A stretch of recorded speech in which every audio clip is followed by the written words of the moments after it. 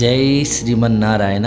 భగవద్బంధువులారా, ఇప్పుడు మనం తెలుసుకోబోయేది వాస్తుకర్తరి అంటే ఏమిటి అనే విషయం దానిపై ఇప్పుడు మనం వివరంగా తెలుసుకుందాం. 11/5/2025 తేదీన వైశాఖ శుద్ధ చతుర్దశి ఆదివారం నుండి 28/5/2025 జ్యేష్ఠ శుద్ధ విధియ బుధవారం వరకు సూర్యుడు భరణి నక్షత్రం యొక్క 3-4 పాదాల యందు సంచరించుట వలన, కృతిక నక్షత్రము 1, 2, 3, 4 పాదాల యందు సంచరించుట వలన, రోహిణి నక్షత్రము యొక్క మొదటి పాదమునందు సంచరించుట వలన ఈ కాలము కర్తరి అని పేరుతో పిలుస్తారు. కర్తరి కాలంలో చేయకూడని కార్యక్రమాలు: కర్తరి యందు చెట్లు నరుకుట, నార తీయుట, విత్తనములు వేయుట, భూమిని త్రవ్వుట, కొత్త పనులు ప్రారంభం చేయుట, అలాగే కొత్తగా గృహమును కట్టుట, క్షౌరము చేసుకొనుట, తోటలు వేయుట, చెరువులు బావులు తవ్వుట, అలాగే బోర్ వేయుట, ఇట్టి కార్యములు చేయకూడదు. కర్తరి కాలంలో